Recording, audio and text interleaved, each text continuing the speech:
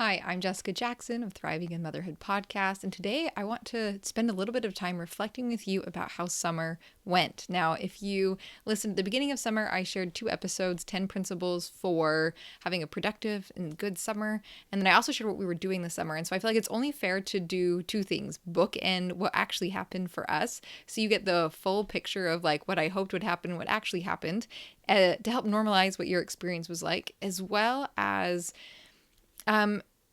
do this like after action review. Okay.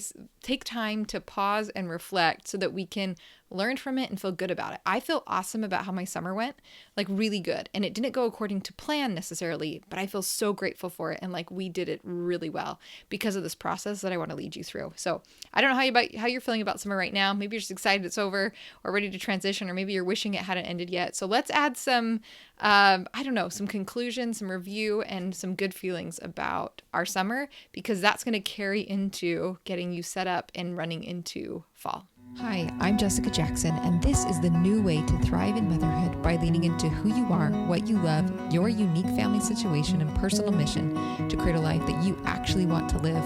I want to invite you to join me in saying no to the life of the exhausted supermom, burnout, victim thinking, being pulled in so many directions, suffering through survival mode, or being lost in motherhood, and say yes to building strong families and moving forward on our greatest goals in order to create a fulfilling life that we are excited to wake up to each day and become a soaring mother. This is the Thriving in Motherhood podcast. I am so excited to talk with you. You might have been listening and watching me every week, but I recorded all of these episodes before we left for our trip to Utah. And so it feels like I've been gone for a while, and it's fun to be back and talking with my friends. So how did your summer go? I want to ask that question because I think it's so important as moms that we get off the treadmill and we pause and we reflect. It's such an important part. Reflection is such an important part of life in business, outside the home, and corporations. Like so many other organizations and places really teach the power of pausing and reflecting. And I think it is so valuable to bring it into motherhood, because until I learned this skill and this practice of pausing and reflecting, I was just like running 100 miles an hour and feeling mostly negative emotions, most of the time. And not on purpose, just realizing like over time, I just kind of felt irritated and a little bit grumpy or stressed. And when I learned this practice of pausing and reflecting, emptying some of these experiences and learning from them, it allowed me to kind of wipe the slate clean and keep moving forward with a new sense of purpose and intentionality into the days, as well as switch that mostly negative emotional state to feeling better about life most of the time. And there's a lot that goes into that. I go way deep into these principles in my Made to Soar Next 10 Days program, but I want to just do a snapshot right now with you so that you can, again, add some conclusiveness, close the door on summer, but like feel great about it. All right. So, as we jump into this concept, let's go back to what you were hoping would happen this summer. Now, for me, I keep track of all of these hopes, dreams, and ideas in my Thriving in Motherhood Planner. And so I can just flip back and look at what I wrote for June. If you didn't write anything down in your planner, maybe just go back and think about what were your hopes or expectations, dreams. Maybe you brainstormed a list with your kids about what they wanted to do this summer, what you hoped would happen. Or maybe you were just running 100 miles an hour and you're like, I just want to survive summer, or maybe you're pregnant, was sick, like we're just going to get through it. That's fine. Let's just take stock. What were you hoping it would look like? And even if you didn't write it down, again, like just take a moment and think, what were you hoping summer would be like? What were you hoping you would do? Now for us, we talked about doing summer concerts so that everyone would be motivated to practice every week. We talked about doing math every day so that would stay fresh. We talked about writing in our journals every night. We talked about having some adventures as a family, going out west and on a road trip. And we were hoping the kids would work on swimming and get really good at swimming this summer just by being in the water, just exposing them to the water. We didn't want to do swim lessons. We were too afraid for swim lessons, but getting comfortable in the water was kind of one of our goals. So that's just, some of the things I was hoping. And that we would also get really good at our routines for our home of, getting spaces reset after meals, like kitchen clean every night, clean bedrooms and the rest of our house, and go to bed in a clean house every night.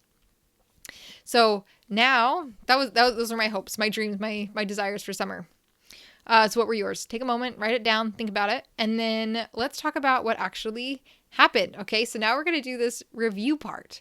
And starting from a place of, I want you to say what went well. What were the things that went really, really well this summer? And brainstorm a list. I hope this comes from a place of gratitude. I often our brains want to think about all the things that didn't go well, all the things that didn't get done. But instead I want to shift this to what did go well and what did happen. So for us, swimming was great. I was actually really stressed. And this is another principle that I wanted to share with you. Summer was longer than I thought it was. 2 months. There's a lot that can happen. There's so much that can happen in 2 months. And so that first month, like I was hoping to get the kids to a pool here locally, and it didn't happen. And then I did research. I was like, no, I can do this. And then I found out like, I don't think I can actually take 4 not really great swimmers to the pool by myself when the water is like 4 or 5 feet deep. And so then I'm like, we're not going to do it. And I felt really bad. But then we got to Utah and my husband was a little more available then. And we found a local pool there that actually fit their swimming levels well. And it was way closer to the house that we were staying at than where we would have been here. Anyway, the point is we got them in the water a couple times a week and they improved their swimming dramatically. And so I had felt a lot of stress and bad feelings about not making progress on that. And it turned out there was plenty of time and I did. So was there something this summer that you thought that maybe you panicked about or stressed about and then it turned out, hey, it wasn't a big deal? Another thing for me was like the road trip. Like, oh my gosh, it was a ton of work to get all of us on the road. And you can ask anybody who lives here in church with me. I was so burned out, exhausted, tired, stressed by the time we got on the road. It was a ton of work. And I was kind of dreading it too. But then it was fine. It was totally fine.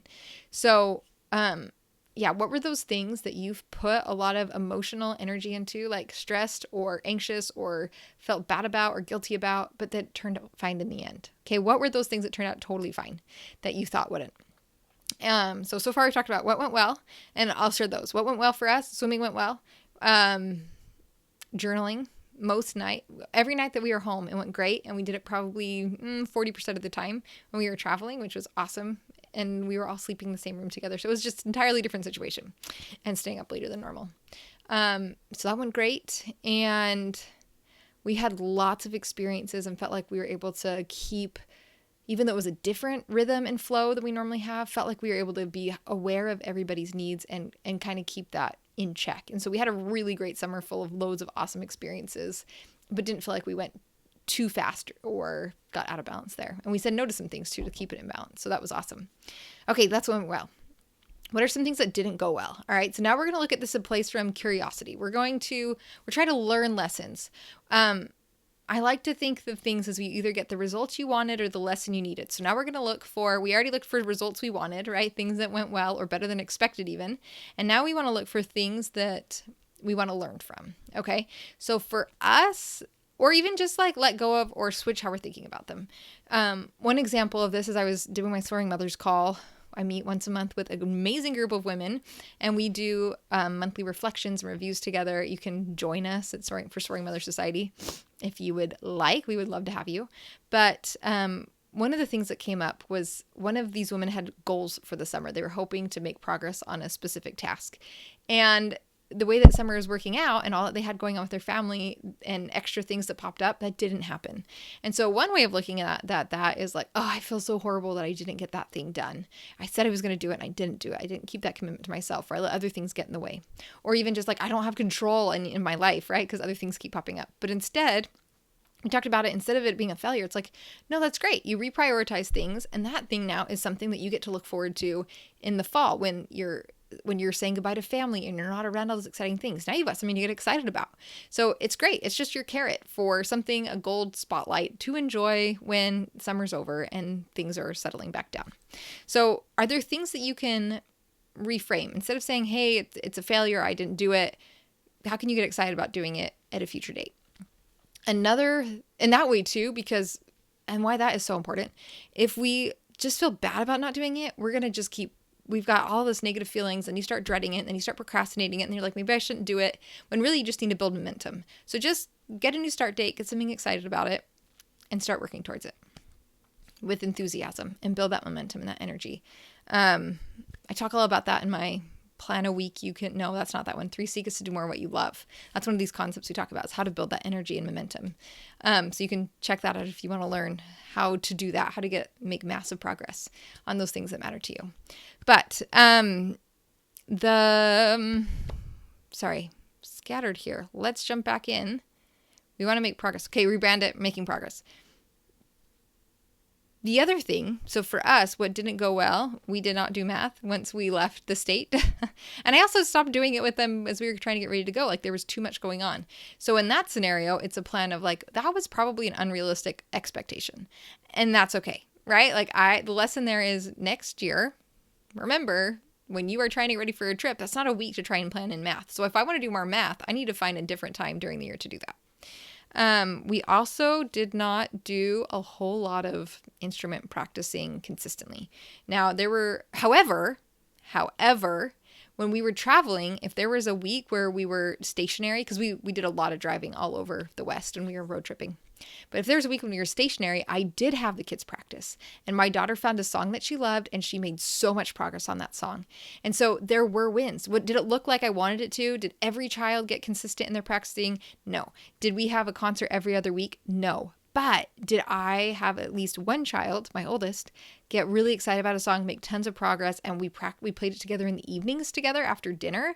So kind of like a concert every night for the whole family. Yeah, that was so fun. So it looked different than I wanted it to, but it was still really good. And so that's a win, right? But I'm closing the tabs. That's probably what I'm trying to say. I want to close the tabs, right? So instead of just carrying this guilt of like, oh, we didn't get really consistent at practicing this summer. Now I'm saying, no, but look at how much progress was made, and it's okay that it looked different than I hoped. All right. So as you are maybe taking stock of things that did or didn't happen the way you wanted them to, the last thing I'm going to mention here is a part of the Thriving in Motherhood Planner that I don't know if I've ever really drawn loads of attention to. But at the very end of your planner, I've got a section here called Preparing for 2024. And in here, it is a place for you to start getting notes and gathering ideas and these feedbacks so that you can use when we do the Create Your Vision Challenge at the end of next year. So here, as you take your lessons learned from summer about what went well or what didn't go well or what you wish went differently that you want to bring into your summer next year, or if you like saw all of these other, got inspired this summer, you saw what other people are doing, you're like, I wish we had done that, but there wasn't time or energy or the season of life or stage of life.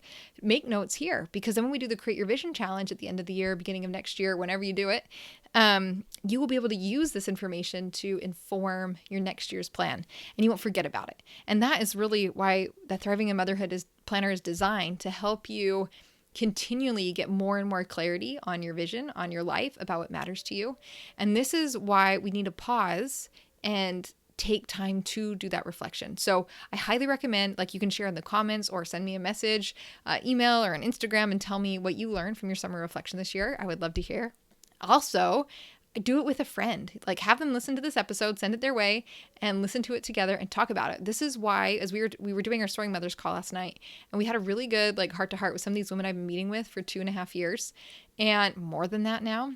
And one of the things I said is, if we didn't have these calls to pause, to get intentional, to reflect, we would not have made as much progress as we had. They are way further along with how they've got things set up for their home and their family, and for some of them businesses or these side projects that they're working on are way, way further ahead in that because they pause, regularly check in, celebrate. So I wanted to share that with you today so that you can have this experience. Go loop in a friend, have someone that you're accountable to. Come join us in Soaring Mothers Society. So glad that you are here and part of this community and that we get to learn to soar together. Thanks for listening, and I will talk to you again next week. Today's episode is brought to you by the Thriving in Motherhood Planner. With this simple system, creating a life you love is as simple as opening your planner and grabbing a pen. Every day with the Thriving in Motherhood Planner, you will know what to do next, what's most important, and what to fill those pockets of time on. You won't find yourself wandering around the house wondering what to do when the kids are playing nicely for a few minutes. You'll be able to fill that effectively with moving forward on the things that matter to you. Follow the Thriving in Motherhood Planner's research-based system so that you can move forward on the things that matter to you, no matter the season of life that you are in.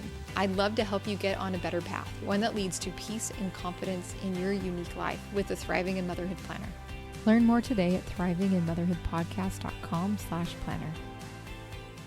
Where you are planted, watch the blossoms grow.